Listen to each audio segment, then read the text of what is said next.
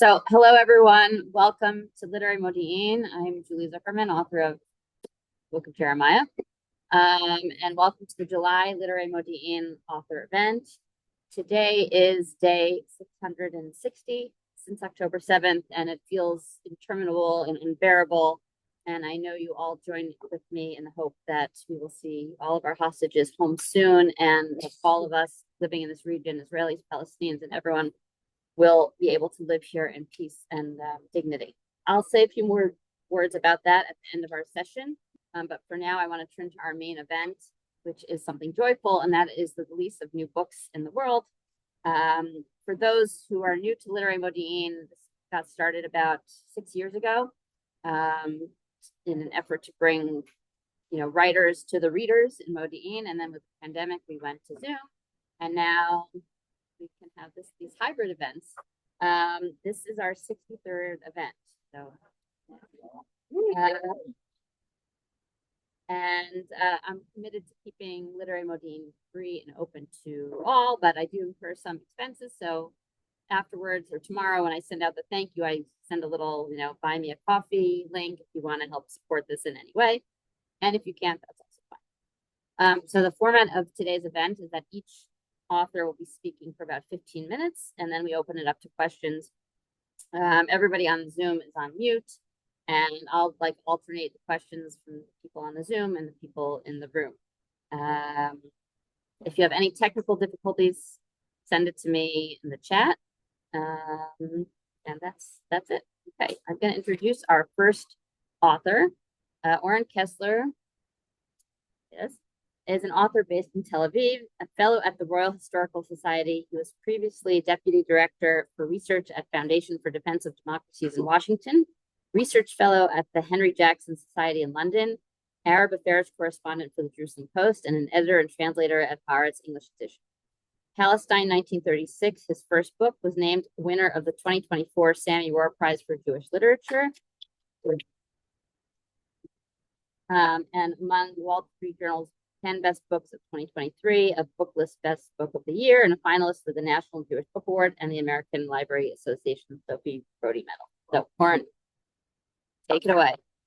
Thank you so much. Well, thank you, Julie, for organizing this event. It's a real pleasure and an honor to be with you. It's first, let me just say, Modiin is so nice. I haven't been here in years, but it's so civilized, clean. It's a real pleasure. I have to come here more often. Sorry. But it's a real honor to be here with Joanna and Tehila and Yakir. I know that these events, the panelists, the authors here at these events are usually novelists and poets like my co-panelists here. So I appreciate you allowing a mere nonfiction hack into your midst.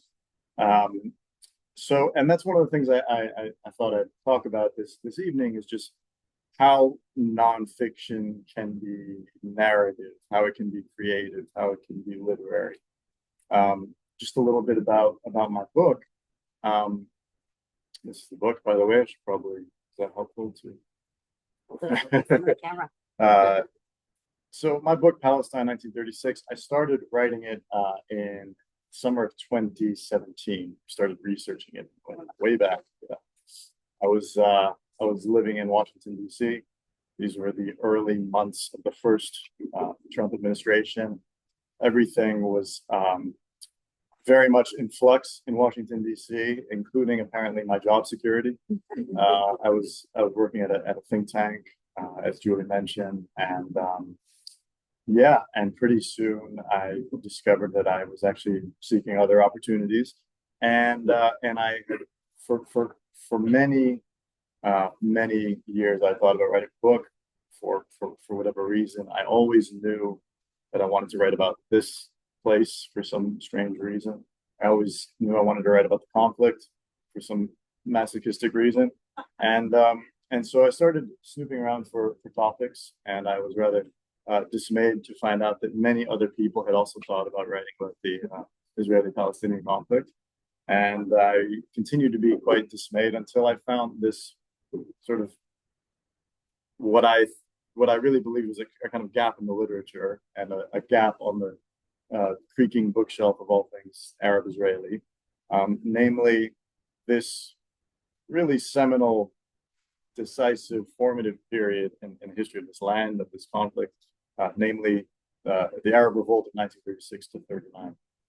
Um, so in Mandate Palestine on the eve of the Second World War, and the kind of repercussions for all sides, Jewish side, the Arab side, the conflict itself, attempts to resolve the conflict. I found that this was a really understudied, underexplored, underwritten about chapter in the history of this land, and one that was really full of really complex, compelling characters on all three sides: the Jewish side, the Arab side, and the British side, British Mandate, of course. Some of whom are very well known: David Ben Gurion, Chaim Weizmann, Grand Mufti of Jerusalem, Winston Churchill, but others rather less so, and really want to rescue them from semi-obscurity. And so this was really kind of the way I kind of framed the revolt in the book is kind of the first intifada, really the first sustained Arab uprisings in this land. 500 Jews were killed over these 3 years at a period when the Shul, the Jewish community here, was less than 300,000 people. So these are really massive numbers. Probably about half that many British servicemen.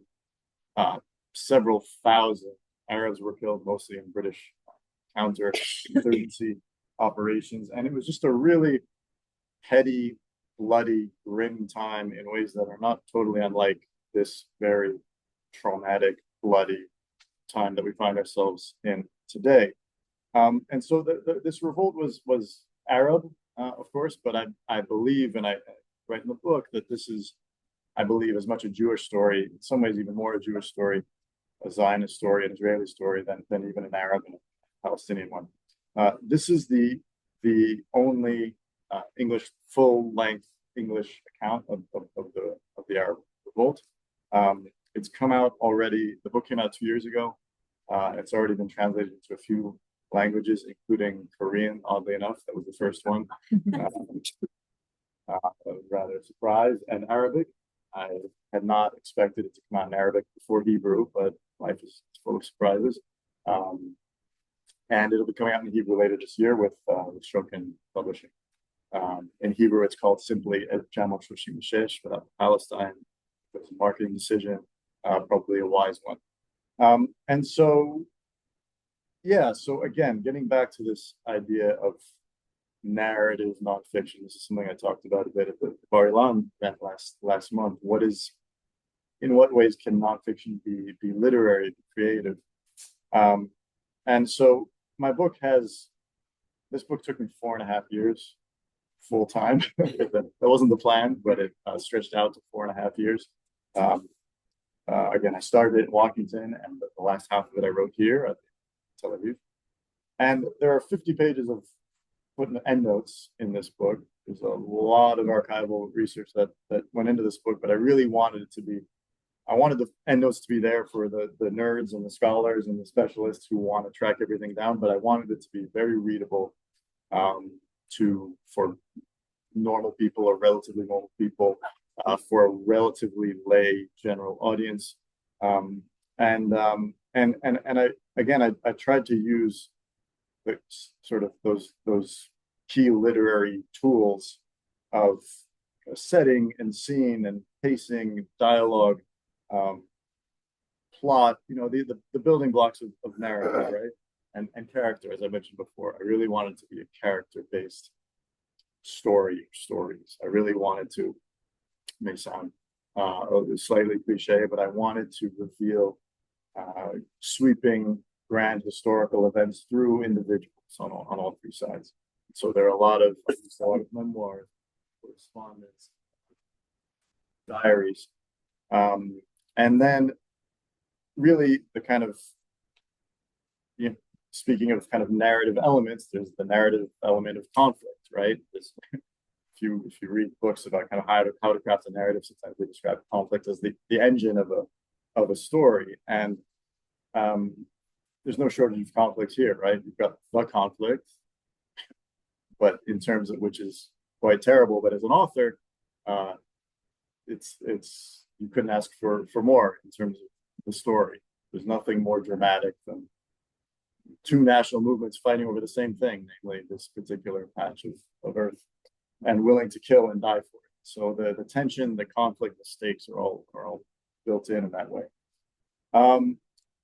Earlier, or just yesterday, I emailed Julie and said, "Well, what should I talk about?" And and Julie said, "Well, talk about some of the challenges that you face in writing this book." And I thought about it, and I thought, there's this word in Yiddish. Anyone who speaks Yiddish here can correct my pronunciation. I think it's pronounced Sitzfleisch. Do I have that right? Sitzfleisch, sitting flesh, right? It's the ability to sit on your tuchus for an extended period and endure and persevere and keep that focus and just sit there and work. And so that was a challenge, of course, through COVID and everything else. It helps to have a slightly obsessive temperament. If the topic draws you in enough, that helps with the Sitzfleisch. And then, of course, just more practically speaking, a major challenge for me is finding an agent, finding a publisher. I had an agent briefly in New York. She couldn't land a deal, so I was back on my own, and I ended up finding the publisher on my own after several years into the process, 3 years into the process. I was really despairing that this book was never going to come out. But it came out, and it's worked out in the end. So again, I'm very happy to be here with all of you, and I think I should probably read something, right? Am I way over time? Am I okay? You're okay. Yeah? Yeah. Okay. 3 or 4. All right. Okay. I'll read fast. So this is 5 minutes? Okay, great. So this is from chapter 2. Chapter 2 is called The Bloody Day in Jaffa. That was a day in April 19th, 1936, in which really the Arab Revolt began with quite gruesome riots in Jaffa, in which 19 people were killed, 19 Jews were killed. So this is a section of that chapter called Hewers of Wood. Quote, the right honorable and gallant gentleman would not quarrel with me if I said most Jews really want the whole of Palestine, or else, alternatively, to reduce the existing population to the position of the Hittites in the Bible, namely hewers of wood and drawers of water. The speaker was Anthony Crossley, a conservative backbencher and published poet. The Gibeonites, grumbled Baron Eustace Percy, minister without portfolio. Those are the Givonim in the original. Anyone who's wondering. It was late March 1936. The House of Commons was debating the proposal by Sir Arthur Walker, High Commissioner, Mandate Palestine, for an elected legislative assembly in Palestine that would grant the Arab majority a far greater voice in its own administration. Was it the Gibeonites? Crossley continued, undeterred. At any rate, he said, Britain's Palestine policy was a mistake, a contradiction in terms. A small land could not become national home for a scattered people of 16 million without prejudicing the rights of its existing inhabitants. The country ought to be divvied into cantons, like Switzerland, before its Arab society collapsed from excessive taxation, debt, fast diminishing farmland. The felah is neither lazy nor unintelligent, Crossley said, using the Arabic word for a peasant farmer. He just needed a sporting chance. Douglas Clifton Brown, fellow Tory, concurred. All of us are most sorry for the Jews and suffering. 6 months prior, Hitler's Nuremberg laws had stripped German Jews citizenship. Still, he said, it was reasonable to understand how deeply, quote, the Arabs fear the invasion of the Jews. If the High Commissioner's initiative failed, he cautioned, the turmoil in Palestine and the entire region could dwarf anything seen before. Change was roiling in the Middle East. In 1932, Britain had granted Iraq independence under King Faisal. In early 1936, Syrians launched a 50-day general strike that led to talks over a French withdrawal from the country. Egypt would soon begin similar negotiations with British. Only in Palestine, where Arab aspirations not just stalled, but under mortal threat. Yet Crossley and Clifton Brown were alone in favoring the Legislative Assembly. A dozen MPs from both the governing coalition and the opposition rose to denounce any move toward proportional representation, which they warned would give the Arabs veto power over the Jewish national home's growth. One by one, they saluted Zionist achievements. Henry Proctor, a conservative, called it, quote, the greatest social experiment that has taken place in the world. Two Laborites deemed it, quote, a modern miracle. A third, Josiah Wedgwood, said British rule had been, quote, the salvation of Arab peasants, proving that by, quote, the use of civilization, we can help natives instead of destroying them. Liberal leader Archibald Sinclair noted that vast sums of Jewish capital have flowed into Palestine, expanded the revenues, fertilized the soil, and increased the population of the country, both Jewish and Arab. Winston Churchill had been excluded from the cabinet for 7 years. He referred to them biblically as his wilderness youth. And he was in the early stages of his crusade against Hitler. He too railed against any step towards self-government for Palestine, which would trap Germany's Jews in the Third Reich. Those 500,000 souls, he said, were subjected to most horrible, cold, scientific persecution, brutal persecution. This is a quote. Their blood and race declared defiling and cursed. Every form of concentrated human wickedness cast upon these people by overwhelming power, by vile tyranny.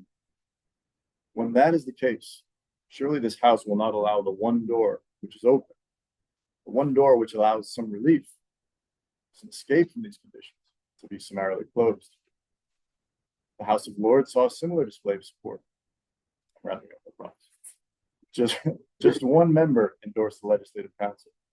Several others agreed that facilitating the Jewish national home was the British mandate's fundamental purpose. One peer remarked that he could not recall any other debate with such unanimity of opinion. In London, across the diaspora, and in Palestine, Jewish leaders exulted. They could not have known the calamities ahead. And on that note, thank you very much for listening.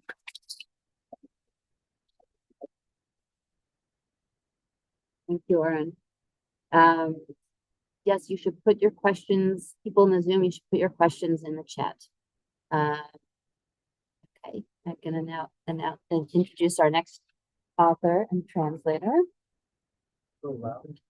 But yeah, I'm gonna introduce our next speakers. Okay. Tehila Hakimi is a Jewish Book Council Award-winning fiction writer and poet. She was a participant in the 2018 Fulbright International Writing Program Fellowship at the University of Iowa and is a recipient of the Israeli Prize for Emerging Poets by the Ministry of Culture, as well as the 2015 Bernstein Prize for Literature. She was also awarded Israel's 2019 National Library's Pardes Scholarship for Writers and the 2018 Levi Eshkol Memorial Prime Minister's Prize for Hebrew Writers. The Hebrew edition of Hunting in America was chosen as an Haaretz Best Book of 2023 and was longlisted for the 2023 Sapir Prize. And with her is Joanna Chen, a British-born writer and literary translator whose full-length translations include Aggie Michel's Less Like a Dove, Yonatan Berg's Frayed Light, and Meir Shalev's My Wild Garden, and now Tehila Hakimi's Hunting in America, which was the winner of the 2023 Paper Brigade Award. Joanna's writing can be found in Narratively, the Los Angeles Review of Books, the Washington Monthly, and Consequence, among other venues. So I'm going to turn it over to Tehila and Joanna. Hi. Thank you, Julie. Thank you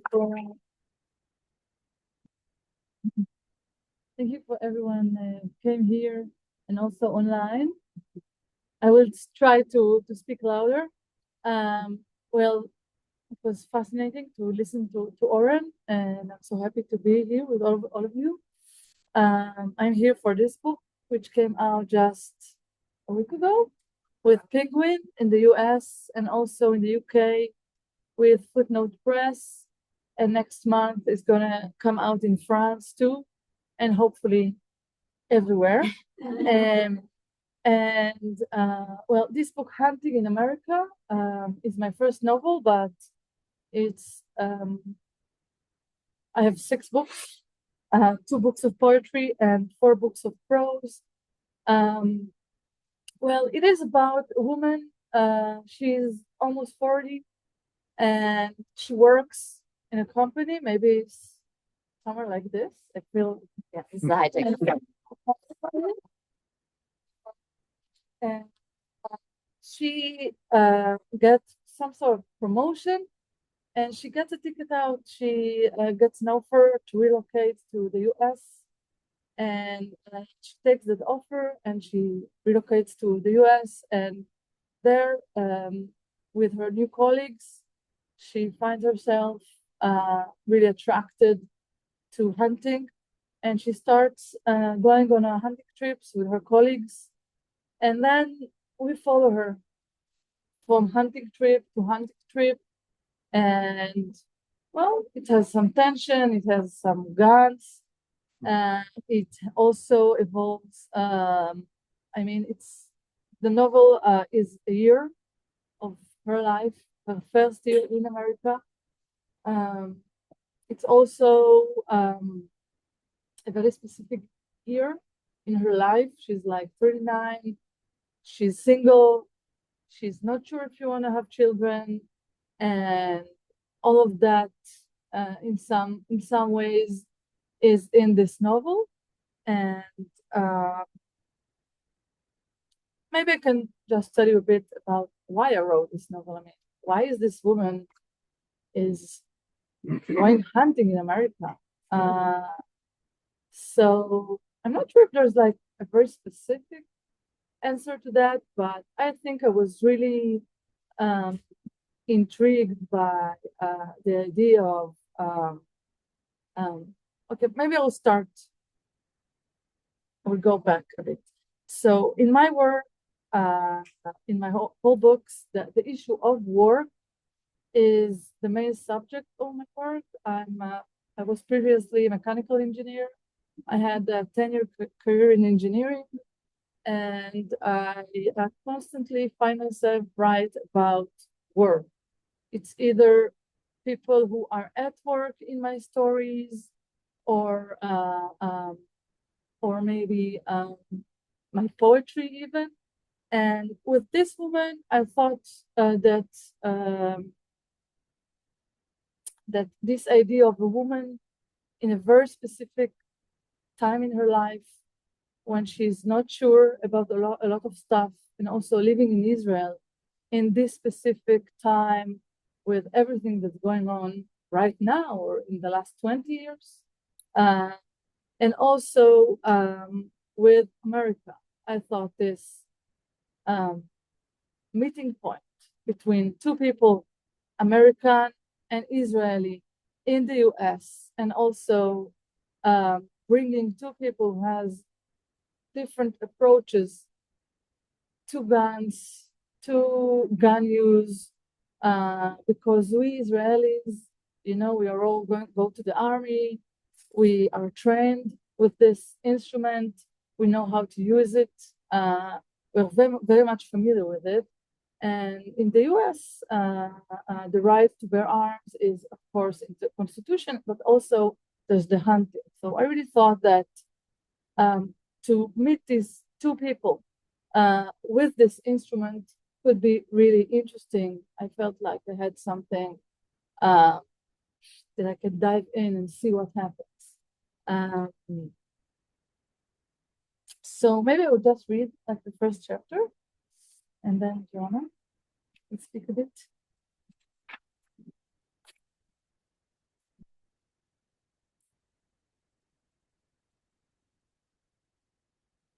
The first time I went shooting in America, I hit a tree. We'd been outdoors for a while, probably a few hours. The first shot hit a tree, but the next one whistled through the leaves. I stopped shooting. The animal fled, and everything went quiet. When I raised my head from the gun sight, I noticed David. and the other staring at me, and I was embarrassed. I left them where they stood and approached the tree. I searched for the bullet, but I couldn't find it. It must have penetrated the trunk. The scent of the earth was pungent and overpowdered by the acrid smell of the gunpowder, which dissipated into the air. I remained by the tree a few more moments. We had left the office early that day. Shortly after lunch, there had been an awkward conference call with Israeli management that morning. The information they offered was unclear, their messages mixed, and the conversation left everyone uneasy. I was catching up on emails when David came into my office and asked if he was interrupting. He told me that they'd decided to finish up for the day. And when I looked at him in confusion, he smiled and said he was going out to the field to shoot with some of the guys. Would you like to join us? When I returned to where the others stood, David patted me on the back. I shuddered, feeling each of his fingers through my sweater. They were spread apart, like in yoga class, when the instructor tells you to extend your fingers and toes like a duck feet. David murmured something like, "Way to go," in a somewhat perfunctory tone that nonetheless felt good. I usually didn't like it if someone offered encouragement when I was already doing my best. It had the opposite effect on me. I smiled and said it had been 20 years, maybe more, since I'd shot a gun. Until that moment, I'd preferred to put behind me the fact that I had once handled firearms. But suddenly, it came back. It just slipped out. I barely noticed. Have some more time to go? Or? Depends how much. Okay, you can stop here, I think. You can go on if you like. It's really amazing for me to listen now, and I apologize. I don't have very much voice tonight. It's very moving for me to hear you reading this now in English, because when we first met about this book, we were sitting in a cafe in Sarona in Tel Aviv, and I asked Tehila, as I always do, of my beloved authors, if she would read to me in Hebrew, because for me, literary translation is being able to grasp the voice of the text, and it's like a deep dive down into the language. And to hear Tehila reading it now in English is like bringing it full circle to hear you reading that. I'd also like to relate to what you said, what Oren said about how nonfiction is a creative act, is creative writing. And I think also for me, literary translation is a very creative act, because it enables you to take every single word and to hold it up to the light and to turn it around very slowly. And in doing so, you see all the different facets of the world that perhaps you didn't see as you were writing them in your own language. And so really for me, having this incredible honor to be a literary translator and to experience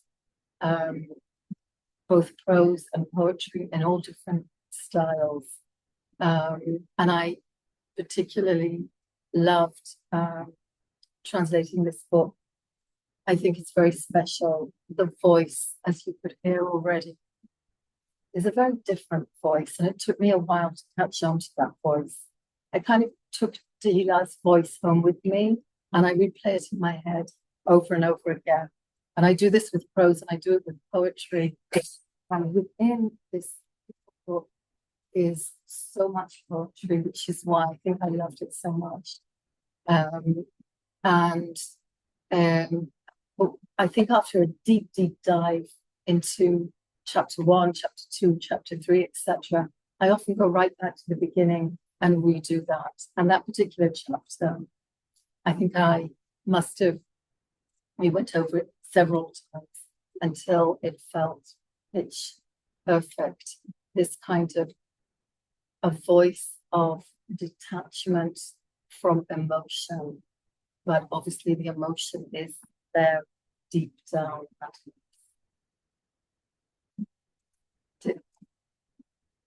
We actually still, the We have two more of you time? still have like 4 more minutes. So, So maybe I will read another chapter.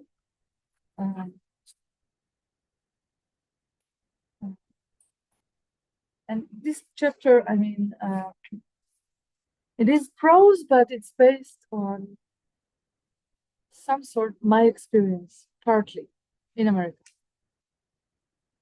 At first glance, the gun shop looked like a regular camping store.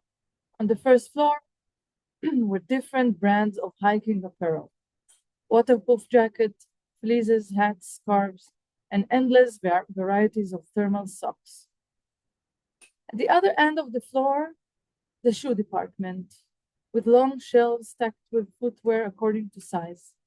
The place was so huge, I lost David soon after we entered.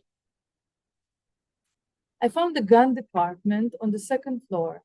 There were hundreds of firearms, probably more, maybe even thousands. They were arranged according to size, maybe according to brand too. I surveyed the entire floor, wondering where to begin. In the automatic rifle section, I found a short-barreled M16. It looked similar to the one I'd used in the army. It had a price tag, $700. I took it off the shelf. It was heavier than I remembered. I passed it back and forth between my hands, testing its weight. I pressed the pin located next to the grip with my right thumb.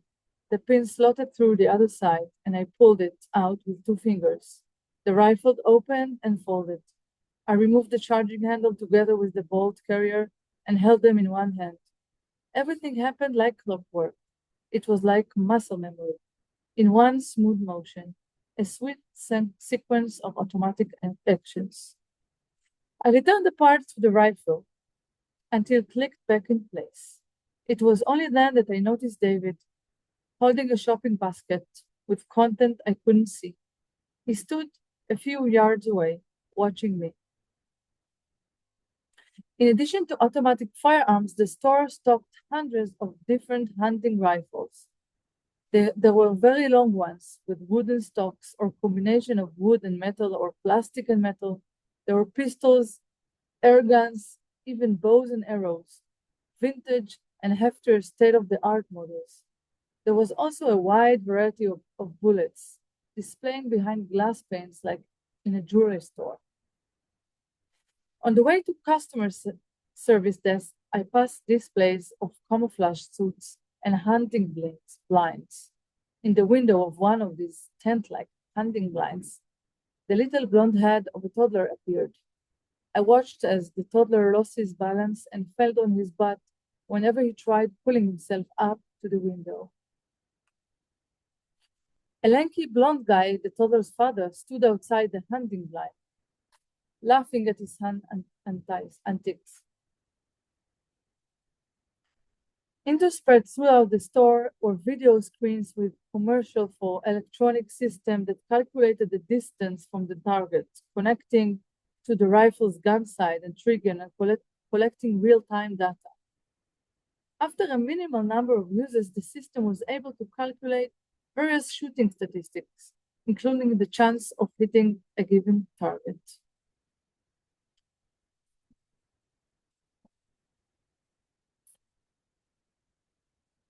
This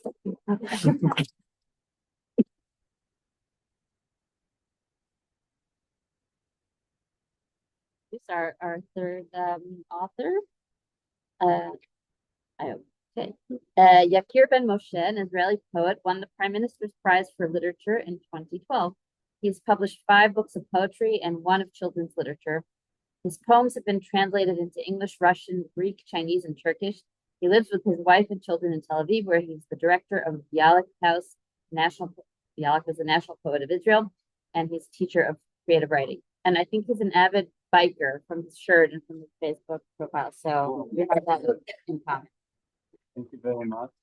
Tell me when you want me to share the screen. Yes, I think we start by reading three points. I'm just saying in the beginning, so it was very nice to hear you, all of you. Louder, louder. All of you. That after we heard about America and after we heard about Palestine, I'm simply sorry that my poems all occurred in Tel Aviv, in a small apartment, I don't know, all around. And after hunting for the Arabs boycott, for me it's only about love, I don't know. Okay, let's get a point to end on. Yes. Okay, I'm gonna share my screen. Because we're gonna So I will read the poems and then I will read it in Hebrew and Julie will. okay.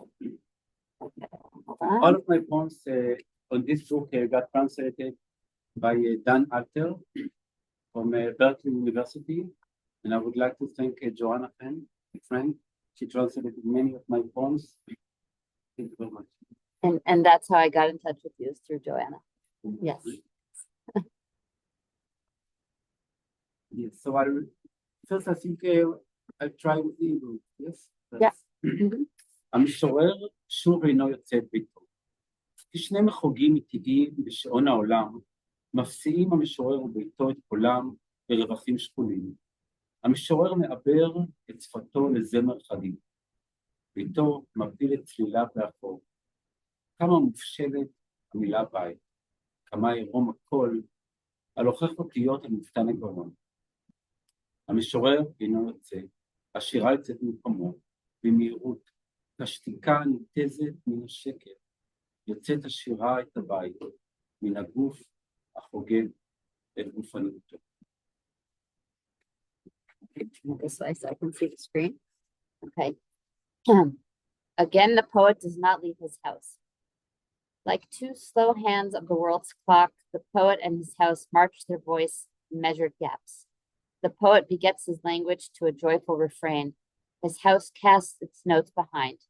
How sleeveless is the word house, how naked a voice, grazing on letters at the throat's doorstep.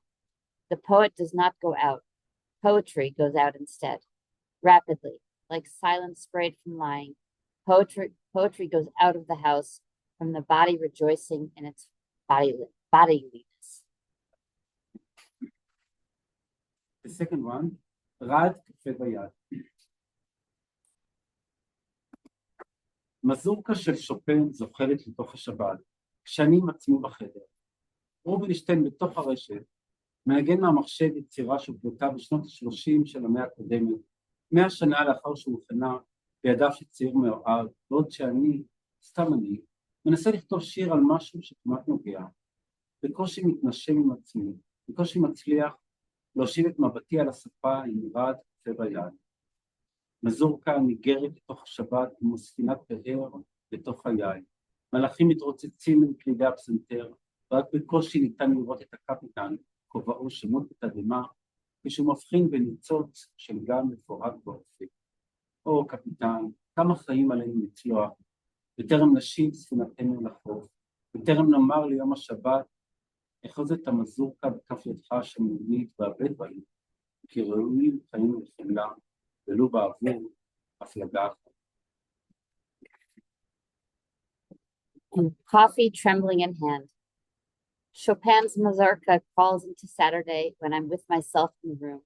Rubinstein on the internet plays from the computer a work recorded in the 30s of the previous century, 100 years after it was composed by a young man in love, while only I, tried to write a poem about something almost touching. Barely panting with myself, barely managing to settle my gaze on the sofa, coffee trembling in hand. A mazurka flows into Saturday like a luxury liner into my life. Sailors bustle between piano keys, and the captain can barely be seen, his hat askew in shock as he discerns the flash of wave yawning on the horizon. Oh, Captain, how much life we must cross before we bring our ship back to shore, before we say to Saturday, take the mazurka with your chubby hand and look upon us because our lives call for mercy, if only for one single voyage.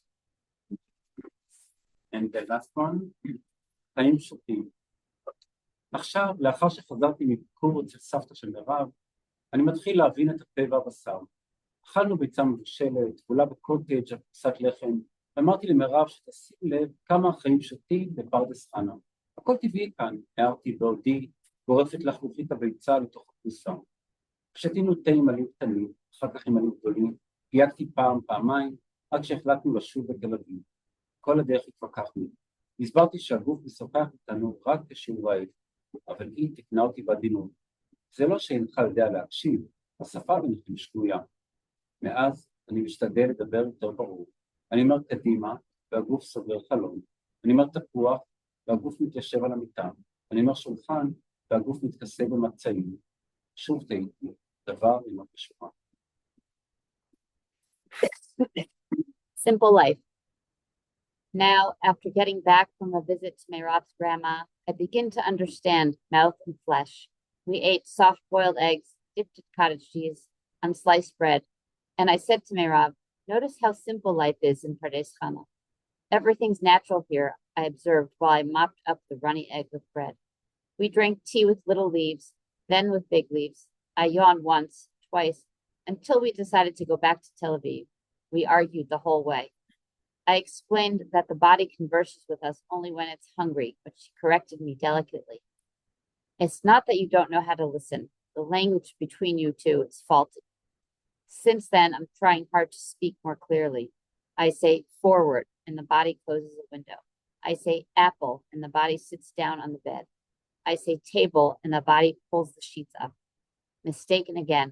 Nothing is going on track. Stop sharing.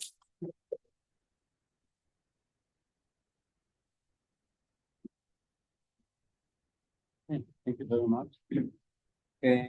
Actually, that book, Take a Breath, You're Getting Excited, got published in Hebrew verse in 2009.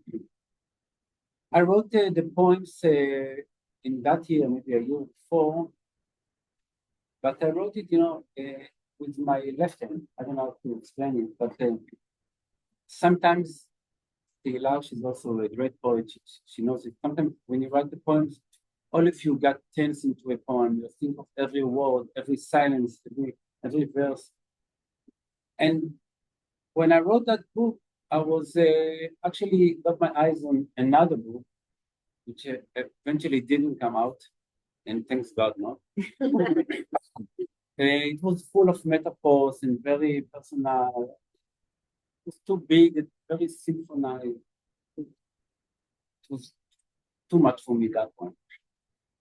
And later I noticed that while I was editing and writing that book, I simply wrote very simple poems, which got closer to me than that book. And that book, the ones who really came out, was all about 1 year, which since I was a singer before I got married, so I just dated girls, and I was coming on, simply wrote all the days. And date after date, I simply wrote to myself, and I didn't write a diary, I just simply wrote poems. So eventually that book actually collect all that year, and I got published later. And once I wrote it, I thought how to express the realism of life, how to write dialogues, how to write a situation, how to write poems about drinking coffee or drinking tea or looking at each other or doing it, I don't know, listening to music. So when Julie asked me maybe to speak about the influence, I remember that when I wrote that book,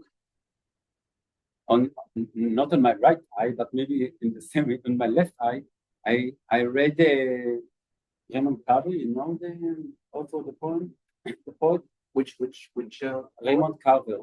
Raymond Carver. Yeah. Now I don't like Raymond Carver. I don't like him at all. I don't like the type. I don't like violence. I don't like nothing there. No, I like something, but I don't like. I didn't like it, but I like the language. The language that I was shocked from the language, with no metaphors, no images, only pictures, only situation. I say, you say, he said, we go. It was all very dynamic and everything by moving, and so wow, how can you do it? So I simply read his poems like this, not to get influenced too much. And I was trying to copy that dynamic, that energy, and to my poems. And the book got published, and for that book I received the Prime Minister Prize in 2009. And later I got married, and I have 2 kids, and all my writing got to a different line. Did I you wrote marry it up. No. What a great poem. Actually, once we're talking, her name was not Meirav, even though all my names are correct, her name was Meitav. And before the book got published, she came to me, she said, it's okay to change her name, not Meitav, to Meirav. Then, okay, it's okay, it sounds familiar for me, it's okay. And later, she got religious, and she changed her name to Meirav. It's always the thing that 10 years ago, really out of nowhere, I got an email from Dan Alter. He's a doctor in the Berkeley University, and he wrote me that he found my book, my Hebrew book in Berkeley University, and he liked the poems, and he asked me the permission to translate a couple of them. I said, okay. And later he told me that he's coming to Israel. If it's okay to meet for an hour, just he has some questions. He said, okay. And later he wrote me that he published 50 poems of my books. Wow, that's too much. Sure, he said, it's okay. And a year ago, we didn't be in touch, and he sent me an email. He asked the permission from the original Hebrew publisher house to publish the book in English. And I was shocked, and I received it as a gift. Really, suddenly, the book came out. It was in a Ben Yehuda publisher, and behind Ilya Kaminsky, which is for me is one of the greatest greatest poets in America. He wrote about my poetry. Maybe I will now read another thing. Okay. Good. You should read Ilya Kaminsky's endorsed. If I read only one, it's too much. Yeah, too much. But you know, it's a great.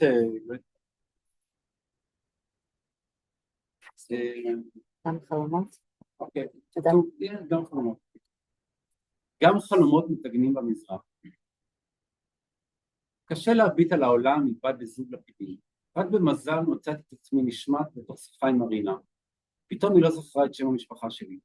בן-משה, אמרתי במהירות, יותר התנפלו עליי העיראקים של משפחתי. גם ככה הם רודפים אחריי שבוא ללוויות, תלונות, לחיצות ידיים, והסמבוסק מעיק, בחיי שהוא מעיק. אבל גם בך נמאס 30 שנה. העיניים שלך בוערות, אומרים לי, ולא יודעים שזהו אדום החזה שמנקר את העין. אפילו ציפורים לוכדים במזרח, אני מלחם את עצמי, ויודע שכל מילה שאומר תתבשל היטב, בטרם תתופף לזיכרון של שם משפחה ארור, המוליך אותי קדימה ואחור. Dreams too are fried in movies. It's hard to look out at the world from between 2 torches. Just by luck, there I was, slipped into a conversation with Marina. Suddenly, she didn't remember my last name. Ben-Moshe, I said quickly, before my Iraqi family could come down on me. They already hound me to come to funerals, weddings, and handshakings. And the sambusak wears on me. I swear it does. But Bach also cloys after 30 years. Your eyes are burning, they tell me. And I don't know, it's my chest redness eating at the eyes. Even birds are trapped in the east. I comfort myself and know that every word I say will be well cooked before it flies off to a memory of a damn last name that ushers me forward to the back. And for the last one, I will read a very quiet one. או יקיר. באור המאולף של הלילה, כשהגוף נמוג בתוך הבשר, נפרצות בתוכנו אותיות, ורווחים נקלעים לתוך השיר. בזהירות, על קצות האצבעות, מתהלך השקט בינינו ובין עצמנו. O Yakir, in the passed out light of night, when body melts into flesh, letters break out of us and gaps are fired into the poem. Carefully, on tiptoe, silence moves about between us and ourselves. Thank you very much.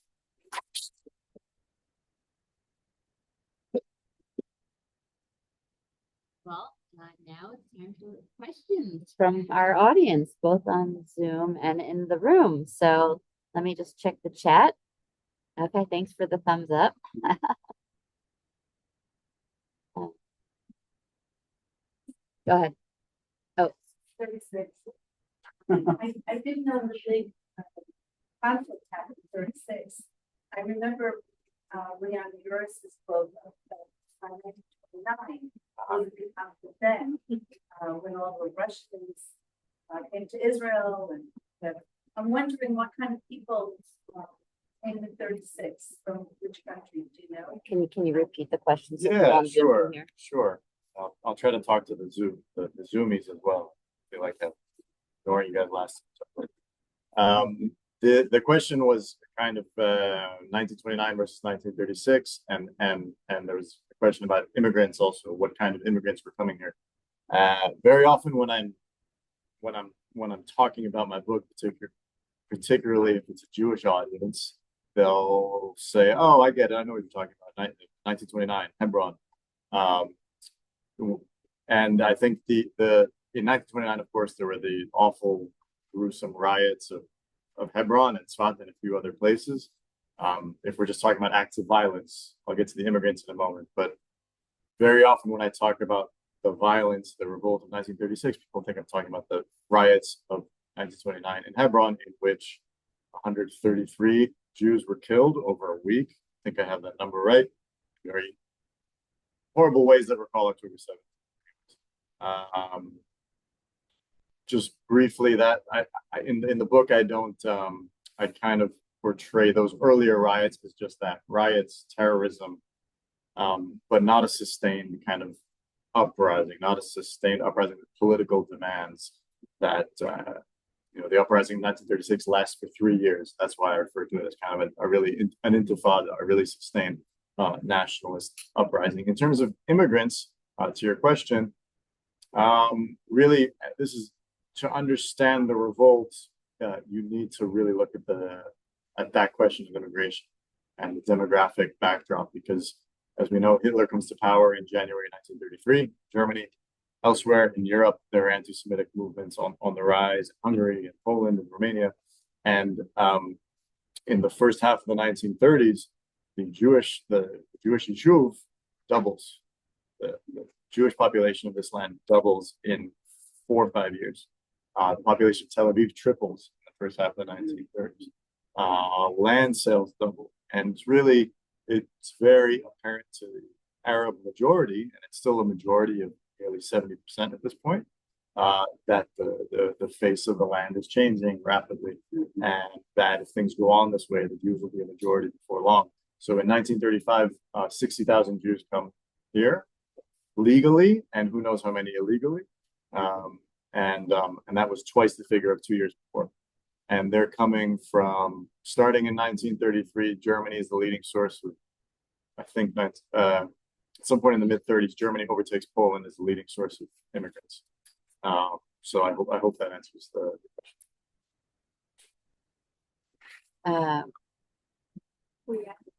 Yes. Go ahead. I actually wanted to ask about translation.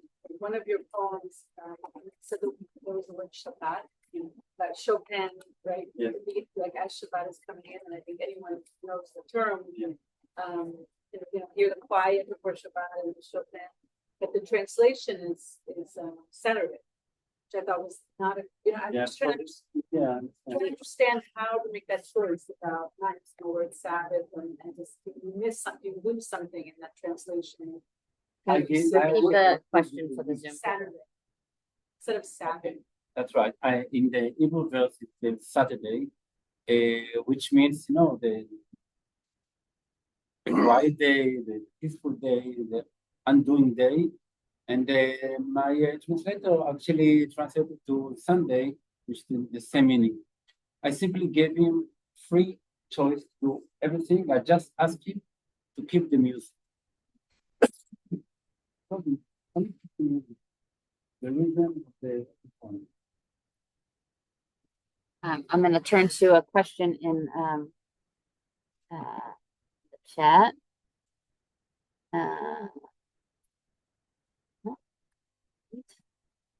This. Okay. A question for Tehila and Joanna. Can you describe a specific challenge that you experienced while translating Hunting in America, linguistic, cultural? I guess it's a question for Joanna.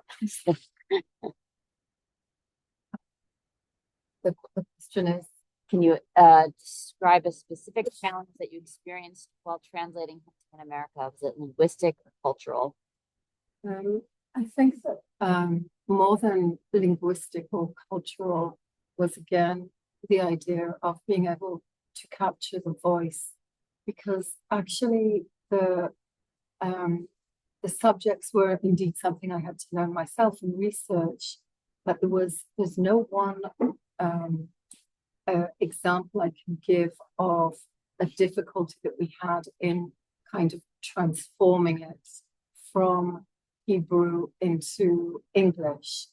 It was more about this kind of deep listening to the voice.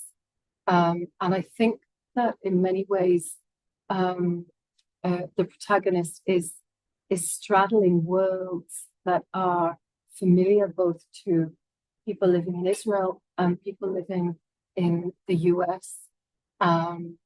And so I think my greatest challenge here was to listen intently to the voice and to the poetry, and to, as you said before, to capture that music.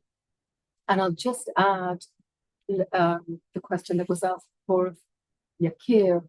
I think that a literary translator becomes, adds part of herself to the creative act.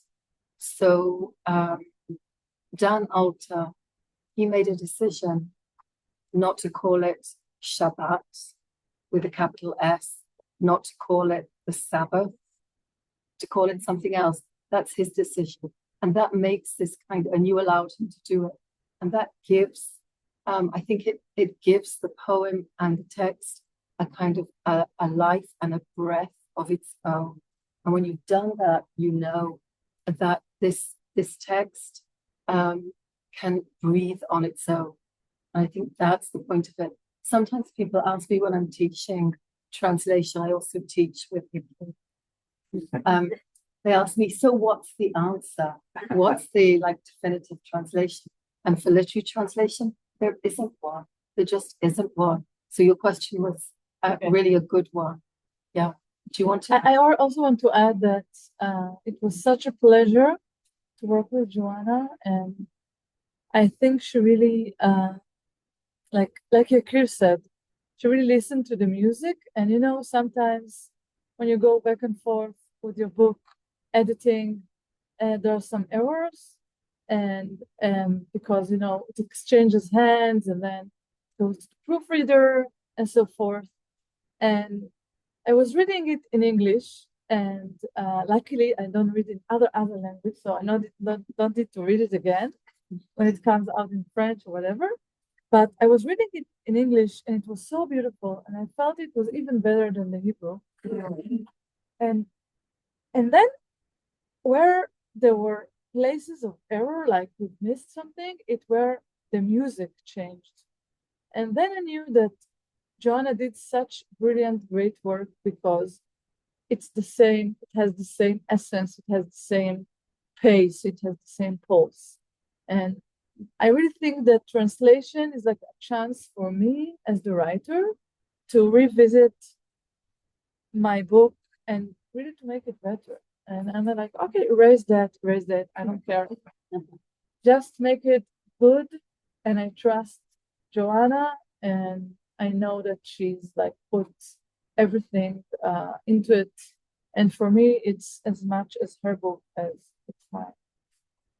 A question about I had a question about the fact that this is hunting in America.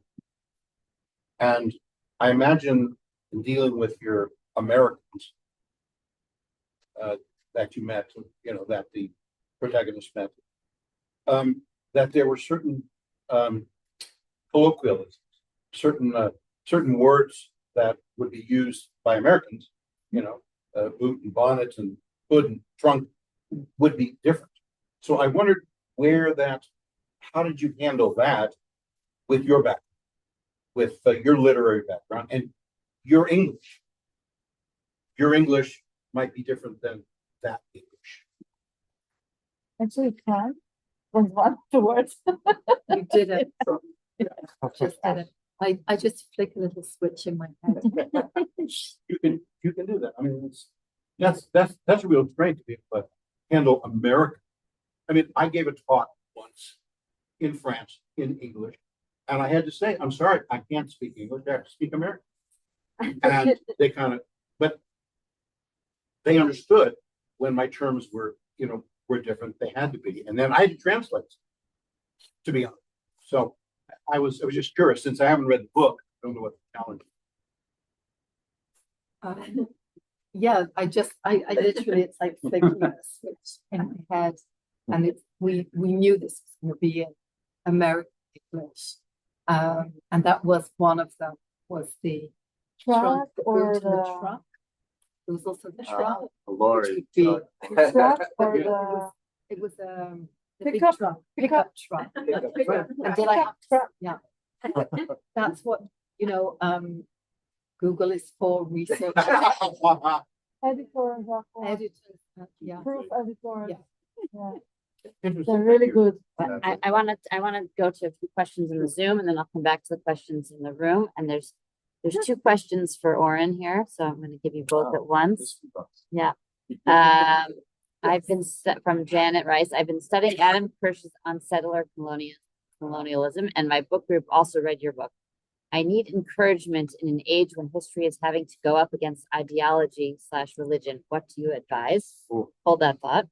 And Don is asking, how did Palestinian identity and Jewish identity change during the period you were writing about? Did the conflict create or strengthen Palestinian national identity? And how did it affect Jewish national identity? Right. It's really two separate questions. I'll take the second one first Okay. because it's easier, and I haven't thought of an answer to the first one yet, so it'll buy me some time. In terms of Palestinian identity, and it's perhaps a little, just to terminology is a minefield with this terrain, as you can imagine. It probably would have been more accurate at the time to say Palestinian Arab identity, but I'm getting pedantic here. I argue in the book that this period was really the crucible of what became known as Palestinian identity, 48 on, let's say. It was in this period really that all of Palestinian Arab identity, society really came together in a common effort against a common foe. That foe being the Jewish national movement, Zionism, and its British imperial facilitators. So you see all, at least on the face of it, ostensibly, you see virtually all walks of Arab life uniting in this common purpose. So rich and poor, urban and rural, city and country, Muslim and Christian to a large extent, all kind of uniting, not necessarily in the acts of violence, but in political demands and in the economic boycott. That was a 6-month economic strike that launched this revolt. And all kind of, at least ostensibly on the face of it, behind the leadership of the Grand Mufti, the infamous Hajj Amin al-Husseini, who of course later on goes on to collaborate with Hitler and spend the Second World War in Berlin in Hitler's court, shall we say. And so for the Arab side, the Palestinian side, extremely formative. And for the Jewish, later to be called Israeli side, also extraordinarily formative. And I argue that the kind of Jewish counter-revolt, the counter-insurgency, is a kind of forgotten, crucial stage in the development of Israeli identity, of Israeli or Jewish Zionist kind of just solidarity and just creating that national unit. It's really the Jews go through these traumatic 3 years, tremendous losses in blood and treasure, and they come out of it stronger, come out of it more with more solidarity. Sorry, I think the Jews also learned how to be violent during that period. There's certainly that as well, and there's also some rather ugly manifestation in this period of Jews who decide to take things into their own hands and start laying bombs in Arab vegetable markets. Say if they lay bombs in our markets, we're going to lay. That's all. It's all in there, chapter 5, and onwards. But really, the Jews come out much more unified. They come out stronger economically. Dozens of new settlements spring up around the country in this period. So militarily, this is kind of the period in which really the seeds of the IDF were sown. Sorry, this is a very long answer, but that's so it's really extremely formative for both sides. And then the question about, I haven't read Adam Kirsch's book. I've been meaning to. I hear great things about it, but I haven't gotten to it. But it is, it's grim out there. It's rough out there. I would like to hope that my book has enriched the debate and this discussion or deepened it anyway. I've had really very good feedback from some very pro-Palestinian quarters as well, which has been rewarding for me. It was reviewed in Book List by a reviewer who's very, very outwardly pro-Palestinian, and she seemed to really like the book, which I found very rewarding. So I think if you're, how do I put this? I think I mentioned this at the Bar Ilan event, I could have, in doing this research, I could have written this book in a very pro-Israel way or a very pro-Palestinian way, and everything would have been true. Namely, there's so much material out there. The archival record is so vast and deep that you could simply, by choosing to quote this person instead of that person, to quote this line and to take this, to mention this and not that, you could write a book that was very pro this side or very pro that side. In my book, I think, wrapping up, I promise, in my book, I think you'll be able to find enough material to flatter and to embarrass all sides if you're determined to do so. They're human beings at the end of the day. Ellie. I have a question for Yakir and for Tehila. So who wants to go first? Speak up, just speak loudly with your question. A question. Okay, so Yakir. So you mentioned living in Tel Aviv, going out to Palestine, coming back to Tel Aviv, the Mishorel that doesn't leave his room, but his home leaves his room, being Iraqi, in the background. So how do you define yourself as a poet? Or are you a Tel Avivi? Are you an Iraqi? Do you feel that these are formative? The matter of identity. Yes, the matter of your identity. First of all, I only half Iraqi. My father is from Baghdad. I'm the cousin of Ronnie Sommer. You know, poet. The resemblance is uncanny. I'm sure people have told you. He's my cousin. You look like brothers. But I have Romania. My mother is from Romania. Oh, So, me too. Nobody's perfect. But listen, that poem I wrote, I'm not so much tense about the my Iraqi or half Iraqi identity. But I wrote it because I spoke with a friend and she didn't remember my last name. It was very funny for me. And then I wrote the poem. I think I simply, maybe I would say about myself, I'm Israeli, Tel Aviv, you know, poet, who live in Tel Aviv. Yeah, because I'm writing about things around me, which is now I'm writing about my kids and also my new poem, my last poem is about sports. I'm writing about running and cycling and swimming. And it's in the new language for me, so writing all the time. And the last 10 years, I wrote mostly about my kids. But it's all the time in Tel Aviv, with Gan Meir and Dizengoff Street, and that one, and the Alex house. And before I wrote Pardes Chana because I went there for one evening and I drank tea. So, but it was the last time I think I was there because the tea was not good. So most of your description, you said you were a mechanical engineer, and a lot of your descriptions of the shooting were very mechanical. That detached voice, but hunting is very different from shooting, and there's a lot of in American literature short stories. And wait, there's also another question for you in the chat, so I'll Okay. ask you that. Okay. So just about the shooting versus hunting, the mechanical act versus maybe more meaning, or what it means to be visual to. Okay, and the question in the chat is, most American Jews don't hunt, and the liberal Jewish community has been an active advocate of gun control. To what degree is the novel a commentary on the differences between Israeli Jews and American Jews, as opposed to the differences between Israeli culture and American culture? Good question. The question about the hunting is very interesting because I wrote this book in when I was in Iowa, in the writers program there, and then one time I read an excerpt in a room full of liberal Americans, and they were like, and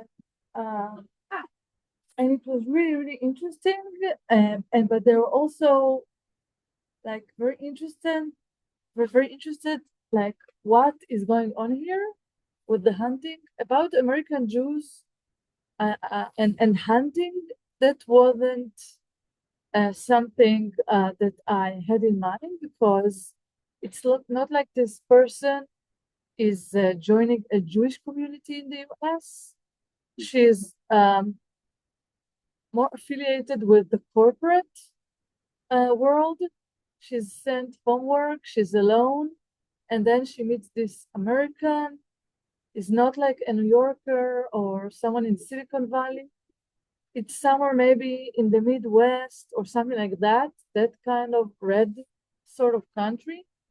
And I was interested where those two people meet. And actually there were like some of the places that I really loved writing in the novel, exactly those places that you're talking about the shooting versus hunting. When she's with this guy or with few guys going hunting, they were walking after the prey, right? And then she suddenly says something which is from the military terminology, right? Like terms we use in the army, like b'chesut hageshem. How do you translate it? And then we're like under the rain, the cover of rain, and for her it's like, okay, this is what we say, that we want to not be heard by someone when we like approach someone. But this guy, this David, this American, is like looking at her, and so this is exactly where that contradicts, although they're both going on the same field after the same animal with the same rifle, which they are both familiar with, but it's like completely different. I hope I answered in some way. I'm assuming you mostly translate from Hebrew to English. Is that right? Yes. Have you ever made a stab at doing it the other way around? And No. is that possible? Repeat the questions. Say the question. I was asked if I have ever translated, if I mostly translate from Hebrew to English, which is true. I also do a bit of Arabic along with a co-translator, but I've never translated the opposite way from English to Hebrew because I think there are plenty of wonderful translators with Hebrew as their mother tongue, and they should be doing that and not me. And I think that in order to translate, you need a very kind of deep understanding of your own language. And I can't think of a good reason why I would translate into Hebrew. Yeah. In fact, just yesterday, somebody asked me, "Oh, come on, you know Hebrew. You can do it." I said, "No." Thank you. All right. I had lots of questions, but we're already kind of running out of time.